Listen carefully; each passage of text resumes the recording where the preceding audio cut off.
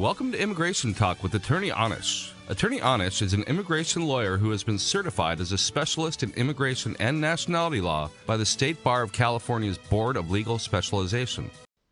Hello everyone, it's April 20th, 2020. My name is Anish Vashista, and you're listening to Immigration Talk with Attorney Anish. This is the fourth video in a series that I'm producing during the COVID-19 crisis to help people deal with and resolve immigration-related issues that they are struggling with and that they may have difficulty in getting legal help with. While my law firm continues to be open and operating, meeting deadlines, submitting filings, and doing everything else that's required for cases, some law firms are not, and I wanted to give people resources on things that they can do on their own to try to help themselves. But I'm also always available if you wanted to reach out. This is my law firm's website, and this is the homepage. Today's topic is going to be the form that U.S. Citizenship and Immigration Services, or USCIS for short, has started using since February 24th of this year, 2020, in relation to the public charge rule, which was supposed to go into effect last year, but because of a great deal of federal court litigation, is now effective.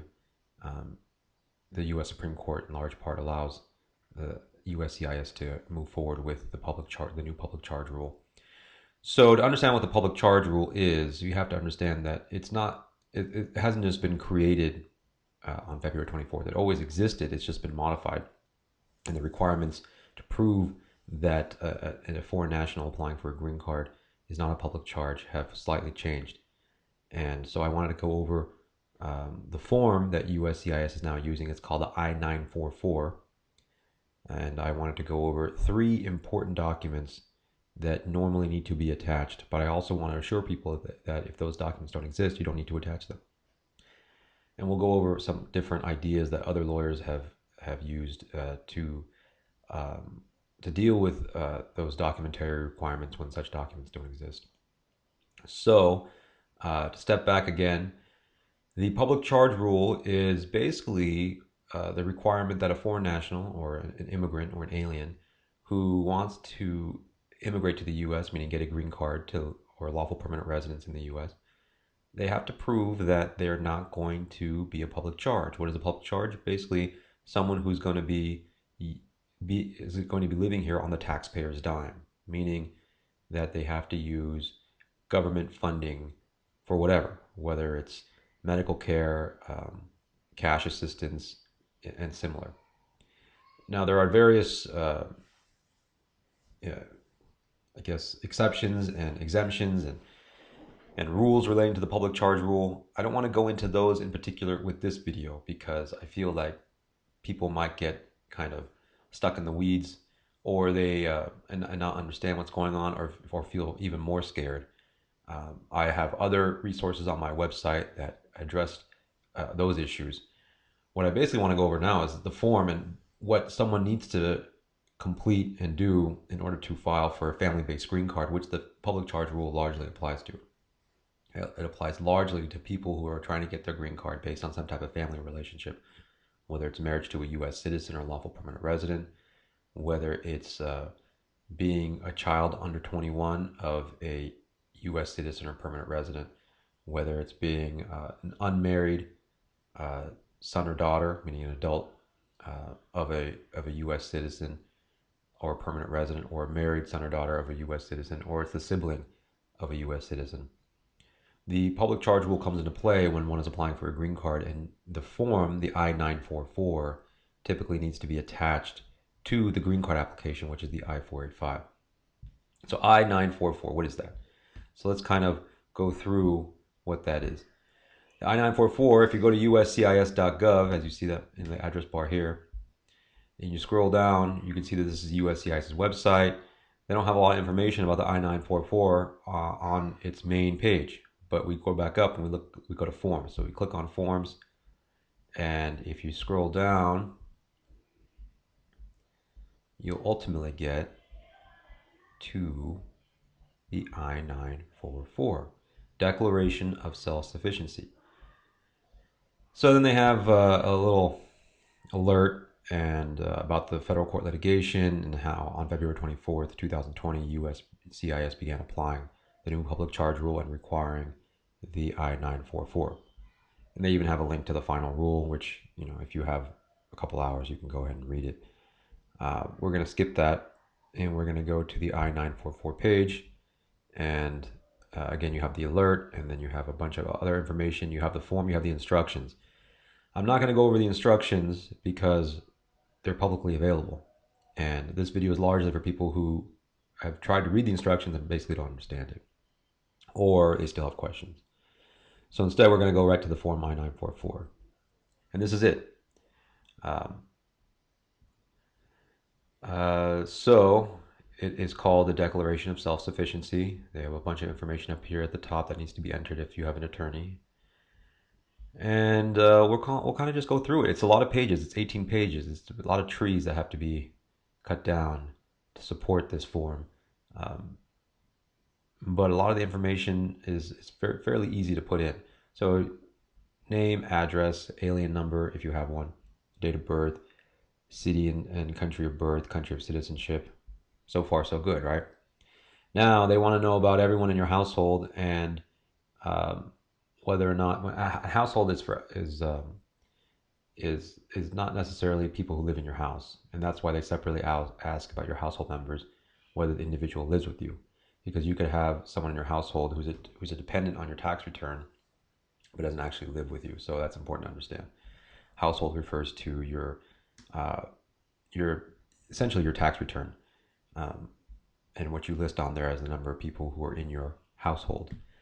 So you put in that information for each person in your household. You designate whether they live with you, their relationship with you, whether they also are filing for an application or any immigration benefit, and then you have to put in the total number of household members. Okay, so far so good. Now they want to know about the assets and resources and financial status of your household members. All right, so now we have to kind of, again, put the name of the household member, and we have to say whether or not they filed the tax return, and then we have to put the total income on their tax return and which tax year it was. If they didn't file the tax return, then you got to give an explanation. Now, if we go back up here, it says list your and your household members listed in part 2. So you got to list yourself, the total income from the most recent federal income tax returns, if any, and then it says see the instructions for additional information. So don't forget to include yourself. If you have to attach a sheet, then you have to attach a sheet. If there's more people, then they only allow for 3 here. So, and they ask a series of other questions about whether it comes from illegal activity. Just know that if you say yes, you're going to be causing problems. I'm not going to tell you how to answer the question. And then there's some more specific questions that you have to go through. Nothing that's too difficult, but they do want to know if any of the income comes from public benefits. So you have to answer that question accurately as well, because they'll want to know the amount. And if there is a public benefit, then they're going to want to know what the amount is, and then later on they'll ask where that comes from and things like that. But here they want to know if there's any income that that someone in your household receives, but that's not listed on the tax return. So some certain types of income can help supplement the household income, but is not actually listed on the tax return. And again, that's a tax issue. But if there is such income, then then the USCIS wants to know about it. So, and then again, they want to know if any of that additional income that's not listed in the tax return, but you're listing in the form, comes from any illegal activity. Then they want to know about the assets. So you have to list the total assets and liabilities or debts for the household members, and they want you to break it down. Time consuming, but not too impossible. The numbers don't have to be exact if you can't find them, but they're going to want to know approximately. They're going to want to know an educated guess. An estimate is what we would say. Next, so also, if you did file a tax return, they're going to want you to attach your tax return. And then again, this is for the foreign national. So it's not necessarily the tax return of the petitioner, which you would have to usually attach when it comes to the I-864, the affidavit of support. The petitioner or any joint sponsor or possibly a household member would need to attach their federal income tax return for the last tax year and any associated W-2s, or alternatively, they can just attach the federal tax return transcript. The transcript is easy to obtain. What you have to do is you have to just Google tax return transcripts, and the first thing that comes up is get transcript from the Internal Revenue Service. The transcript is actual proof of what was filed with the IRS, so people that have difficulty understanding. They say, I have my tax return, I have my W-2. Great. You have to attach both of them usually. But if you don't want to attach the W-2 for whatever reason, or if you don't have a W-2 because your income comes from other sources, then it might be difficult to prove where the income came from. So people might say, I have my tax return. Sure, the tax return is what you or your accountant filled out and what you're saying you filed with the IRS, the Internal Revenue Service. But how does USCIS know that that was actually filed with the IRS? How do they know that you didn't just fill out a Form 1040, which is the individual tax return form, and just show that to USCIS but never actually file it with the IRS? What you do is you get a transcript from the IRS as to what you actually filed. The IRS currently, because of the crisis, the COVID-19 crisis, is not sending transcripts by mail, but you can still get them online. So I clicked on that get transcript link, and there's instructions on how you can get the transcript online. You will need a social security number to do it. So that's an easy way to go about requesting the transcript online. You have to create an account. It's not too difficult. Everything is easy. You just take some effort. So let's go back to the form, which is the next part. After the tax information, the assets and liabilities, we get to the credit report. So a credit report basically tells the consumer, which is the foreign national or the applicant, what their credit worthiness is and whether they're likely to receive credit in the future. It's a good signal to USCIS as to whether or not the applicant has a lot of debt or is otherwise deemed to be a credit risk, and therefore possibly someone who's going to end up becoming a public charge, right? So the creditworthiness issue comes up on, sorry, I think I passed it. I definitely passed it. While I was talking, I wasn't paying attention. It comes up on the bottom of page 6. So if you have a U.S. credit report, they want you to not only attach it, but then they also want you to list your credit score. So if you have a credit score, then you would click yes, and then you would enter the number. They also want to know if you've ever filed for bankruptcy anywhere. So, anywhere. So you have to enter that information. So you might be thinking, well, how do I get a credit score? How do I get my credit report? And so I can attach it, because they want you to attach it. Because if you click yes, you have a credit history, or you have a credit report. They want you to attach a credit report that's generated within the last 12 months. And you're probably wondering, how much is this going to cost me? Well, it's going to cost you nothing. So if you just Google get free credit report from government, you'll see a bunch of ads. I always tell people, don't click on the ads, because those are what people are paying for you to click on.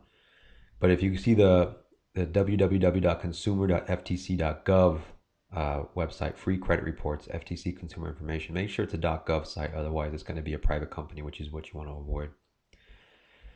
Then you get to the Federal Trade Commission's consumer information page, and it says free credit reports. Okay, it tells you visit annualcreditreport.com to get your free credit report. Okay, now that's going to be a private site. That's fine. The government's telling you to go there. So how do I order my free report? It says go to this website. And then it says starting in 2020, everyone in the U.S. can get 6 free credit reports per year through 2026. You can also go to the Equifax website, but we're going to go ahead and just go to the one that they first said, annualcreditreport.com. Let me see if there's any.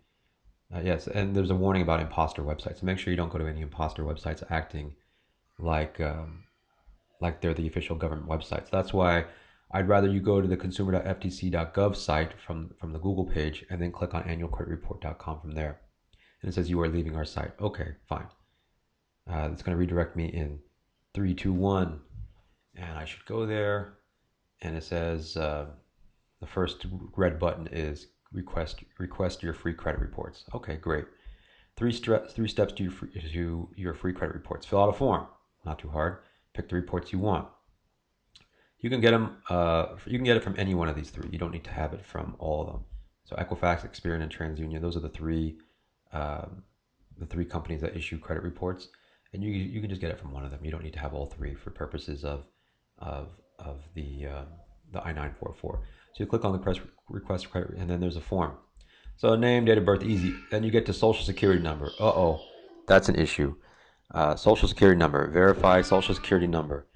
And you have to enter your social security number. You cannot enter your individual tax ID number.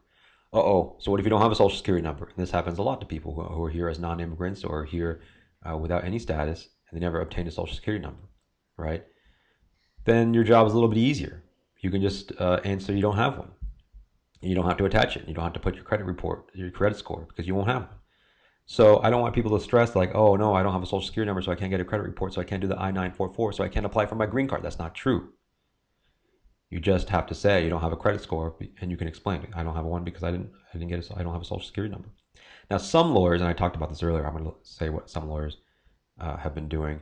They actually have the client try to fill out the form, and then click next, and you'll get an error page saying you didn't list the, I didn't enter anything, but there's going to want to say social security number is a required entry. And so they print out this page saying that it says the social security number is required to get a credit report, and I don't have one. You could do that, but I think it's pretty obvious that if you don't have a social security number, you're not going to be able to get a credit report. So turning back to the form, so we went over two of the three documents that we normally would attach or have to provide an explanation. It's the IRS tax transcript, preferably, or the IRS tax return, plus the W-2, and then the credit report. And similarly with the credit report, if you don't have a tax return, because maybe you just got here, or maybe you didn't file because you didn't have enough income, then you don't attach a tax return.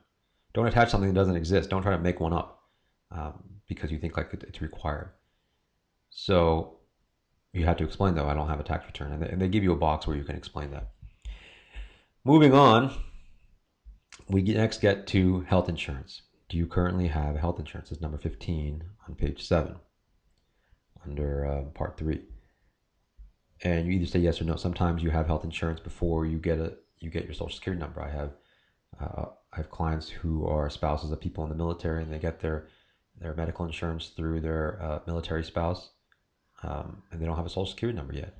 And so it's possible, but it's rare.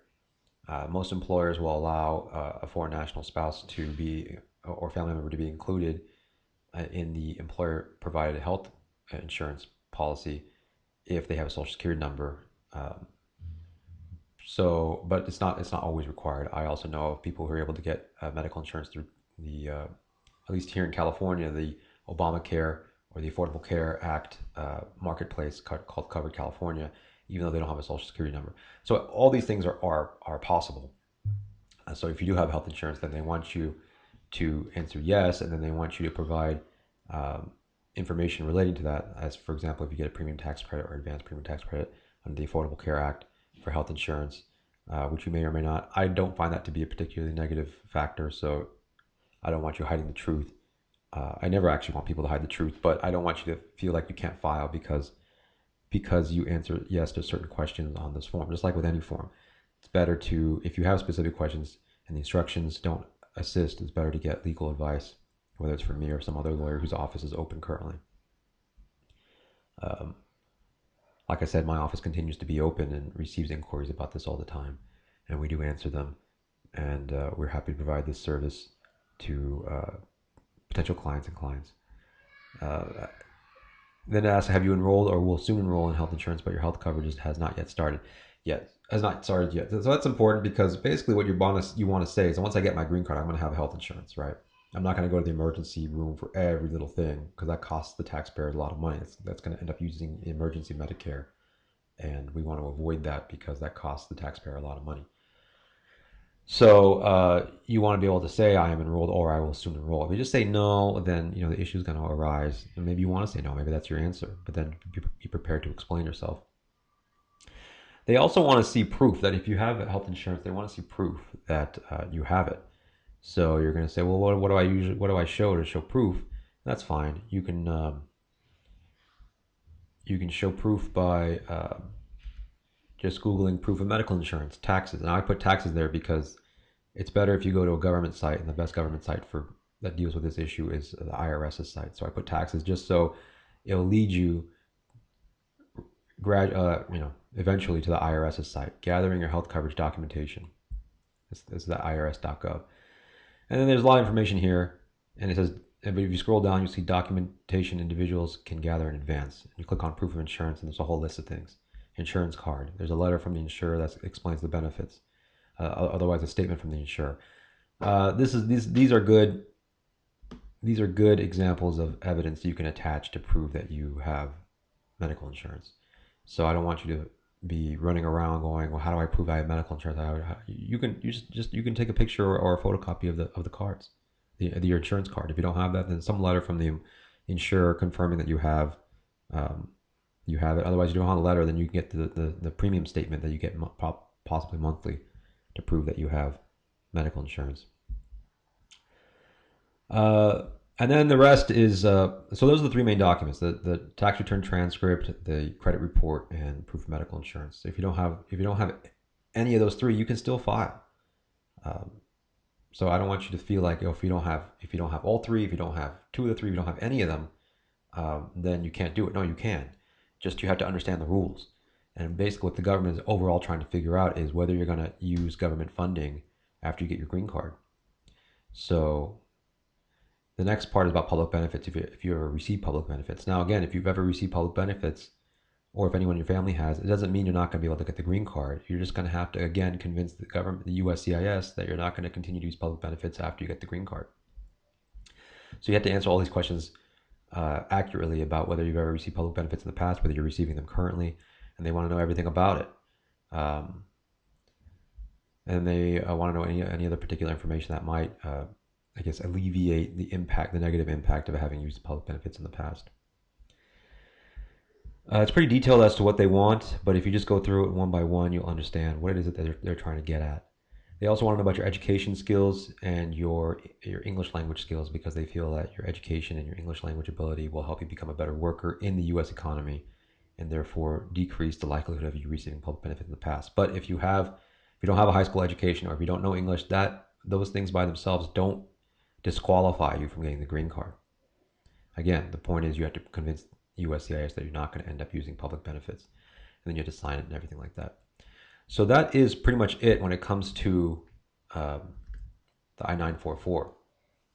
It is a very long form. It's 18 pages, and some of the questions can be fairly detailed, but I don't want people to be so scared of it. And that might be one of the consequences of the I-944. Instill fear in applicants and basically prevent them from filing in the first place, or at least delay it. And I don't know if that's an intended consequence or an unintended consequence, but in my experience, it is one of the consequences. And I want people to understand that while there is additional work and effort required, it doesn't really stop you from getting the green card as long as you plan for it and you take the steps necessary. If you have any particular questions or about the I-944, or really about any U.S. immigration related issue, or if you have ideas for what I can do in my fifth segment on this issue, in this series about immigration related advice and options during the COVID-19 crisis, please feel free to contact me.